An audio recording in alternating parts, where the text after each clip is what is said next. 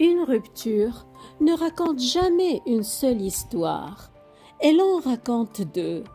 Deux histoires qui se sont croisées un temps sans jamais tout à fait se rencontrer.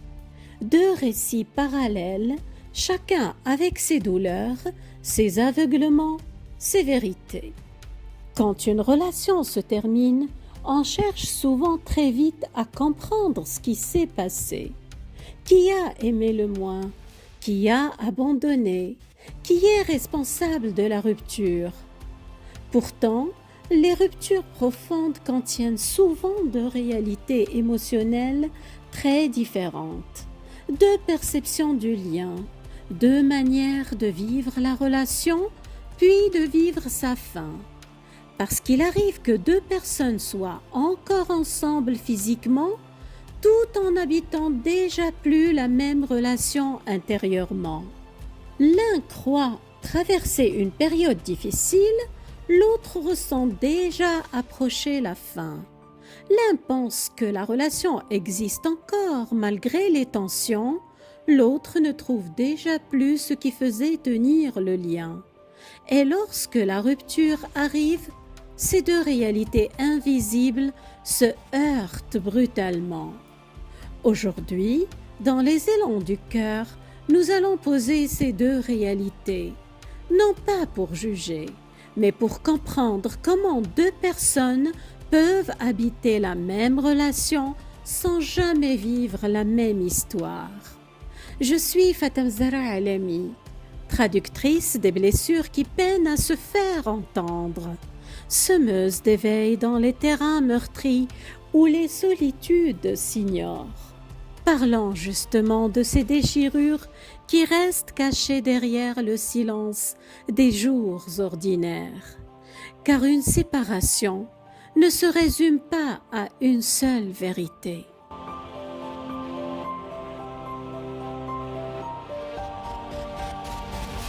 Dans beaucoup de couples, les deux partenaires ne vivent pas exactement la même relation. Ils partagent le même quotidien, les mêmes habitudes, parfois les mêmes projets. Pourtant, intérieurement, leur expérience du lien peut être totalement différente. L'un peut se sentir encore profondément engagé dans la relation, pendant que l'autre commence déjà à se sentir seul à l'intérieur même du couple. L'un peut croire que certaines blessures sont secondaires ou passagères, l'autre peut les vivre comme des fissures importantes dans la qualité du lien. Parfois, l'un mesure la relation à la présence, nous sommes encore ensemble donc tout va bien, alors que l'autre la mesure à la qualité émotionnelle du lien. Je ne me sens plus réellement rejoint, entendu ou connecté.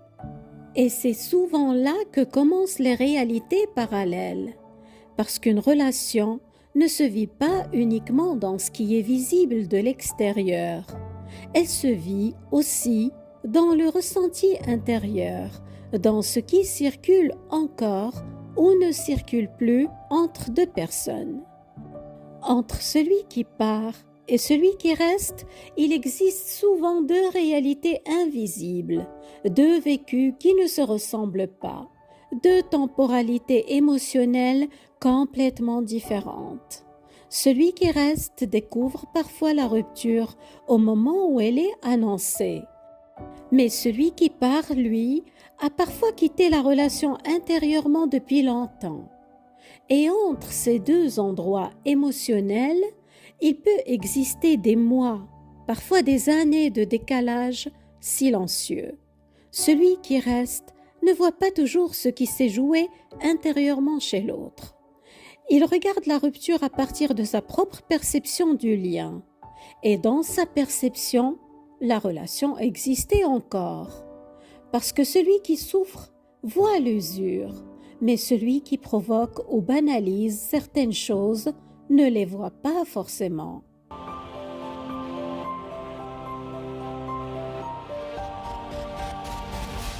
Vu de l'extérieur, Certaines ruptures paraissent soudaines, mais beaucoup de séparations ne commencent pas le jour où quelqu'un s'en va. Elles commencent beaucoup plus tôt, dans des renoncements invisibles. Car intérieurement, celui qui part traverse parfois un lent processus silencieux avant d'arriver à la séparation. Il doute, il espère encore, il essaye de comprendre, il tente parfois de réparer, de s'adapter, de patienter. Il donne encore des chances au lien. Puis progressivement, quelque chose change dans sa manière d'habiter la relation. Certaines personnes continuent à être présentes physiquement alors qu'émotionnellement, elles commencent déjà à se retirer du lien. Elles parlent moins, elles attendent moins, elles espèrent moins. Et souvent, ce retrait intérieur n'est pas visible pour l'autre, parce qu'il ne prend pas toujours la forme de conflits ouverts ou de grandes explications. Il peut prendre la forme d'un silence, d'une fatigue, d'une distance émotionnelle difficile à nommer. Alors, quand la rupture est finalement annoncée, celui qui reste voit parfois une décision soudaine, là où l'autre vit déjà intérieurement cette séparation depuis longtemps. Certaines relations se terminent après une longue usure, mais d'autres basculent en un instant. Parce que certaines blessures ne détruisent pas seulement la confiance, elles transforment immédiatement la manière de voir l'autre. Ce n'est plus seulement je suis blessé, c'est je ne peux plus habiter ce lien sans me trahir moi-même. Et lorsque ce seuil est franchi, le départ peut sembler soudain, alors qu'intérieurement, quelque chose est devenu irréversible au moment même de la blessure.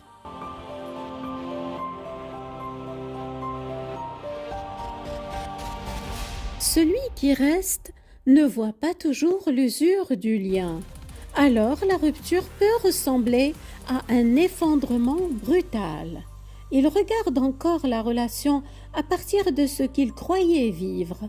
Et dans sa perception, le lien existait encore. Il se dit, ça ne méritait pas de tout détruire.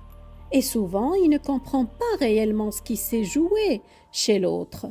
Non pas forcément par manque d'intelligence ou de sensibilité, mais parce qu'on ne voit pas toujours l'impact de ce que l'on ne ressent pas soi-même. Certaines distances émotionnelles sont invisibles pour celui qui ne les traverse pas intérieurement. Certaines fatigues relationnelles restent silencieuses jusqu'au jour où elles deviennent impossibles à porter. Et souvent, celui qui reste continue à regarder la rupture à partir de sa propre lecture du lien, sans comprendre que l'autre ne vivait déjà plus la relation de la même manière. Il ne voit pas le processus, ne comprend pas l'usure, ne mesure pas la distance déjà installée et surtout ne relie pas ses propres comportements à la rupture. Il vit souvent la séparation comme soudaine, injuste, disproportionnée, incompréhensible. Beaucoup de personnes ne réalisent pas immédiatement ce qui est en train de s'abîmer dans leur relation, parce que l'habitude rassure, parce qu'on croit avoir encore du temps, parce qu'on ne comprend pas toujours la gravité émotionnelle de certaines paroles, de certaines absences, de certaines négligences. Et parfois aussi parce que l'autre souffrait en silence. Certaines personnes parlent peu avant de partir, non pas parce qu'elles ne ressentent rien, mais parce qu'elles ont déjà parlé longtemps, sans se sentir réellement entendues. Alors, elles se taisent progressivement, et ce silence est souvent mal interprété. On le prend souvent pour l'absence de conflit, alors qu'il est déjà l'absence de lien. Pour l'un, le calme signifie stabilité, pardon, amélioration, alors qu'en réalité l'autre s'est retiré émotionnellement, a cessé d'espérer ou se prépare intérieurement à partir.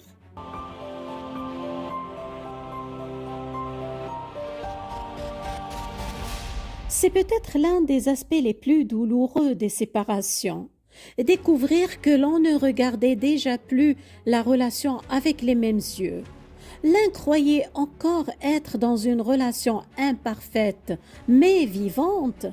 L'autre avait parfois le sentiment d'habiter un lien devenu vide, déséquilibré ou émotionnellement inaccessible. L'un voyait encore les moments partagés, l'autre regardait surtout ce qui ne circulait plus entre eux.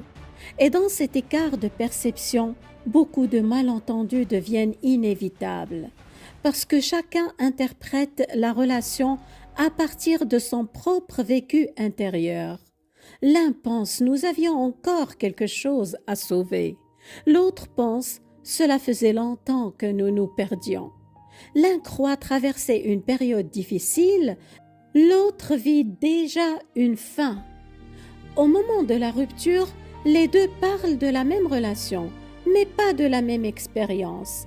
Et parfois, même après la rupture, aucun des deux ne comprend complètement la réalité émotionnelle de l'autre.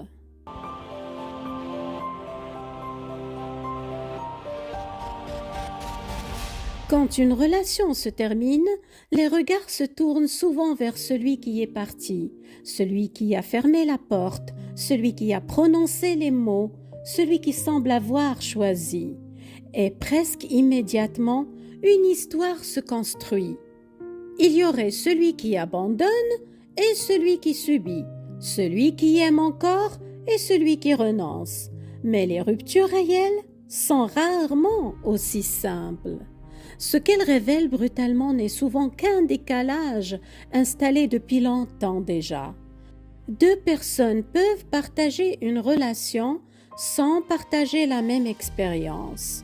Leurs attentes n'étaient plus les mêmes, leurs besoins ne se rejoignaient plus, leurs blessures n'étaient pas perçues de la même manière. Des réalités parallèles, des temporalités différentes, des perceptions incompatibles et des histoires invisibles que chacun vit intérieurement. Les silences mal interprétés et les distances émotionnelles que l'un vivait déjà seul depuis longtemps.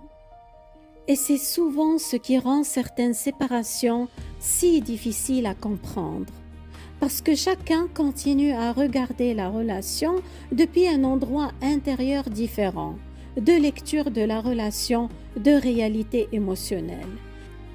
Dans certaines séparations, celui qui part n'est pas celui qui a abandonné le lien.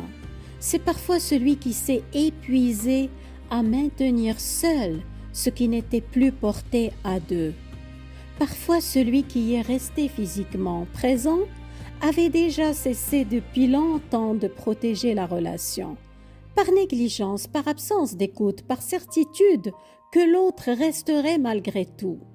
Parfois, la séparation survient simplement au moment où l'écart entre ces deux réalités devient impossible à ignorer. Deux personnes ne vivaient déjà plus la même relation et ne comprendront jamais complètement la rupture de la même manière. L'un peut voir une décision froide ou injuste, alors que l'autre a parfois traversé une longue bataille intérieure, invisible, avant de décider de partir. C'est ce décalage silencieux que les ruptures mettent brutalement à nu et qu'elles révèlent parfois trop tard. Peut-être que l'une des erreurs les plus fréquentes dans les relations est de croire qu'un lien devient acquis avec le temps, comme si la présence de l'autre devenait permanente. Mais une relation reste un espace vivant, fragile, dynamique, qui a besoin d'attention, de considération et de conscience. Parce qu'on ne perd pas toujours une relation au moment où quelqu'un part.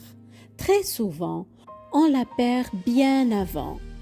Dans ce que l'on ne voit plus, dans ce que l'on banalise, dans ce que l'on croit sans conséquence. La vérité d'une rupture est rarement simple. Elle est faite de silence, de blessures invisibles, de seuils franchis, de besoins ignorés, de fatigue émotionnelle et de maladresse. Mais peut-être que la question la plus importante n'est pas qui a quitté qui. Peut-être que la vraie question est à quel moment le lien a-t-il cessé d'être un endroit où l'on pouvait encore se rencontrer réellement?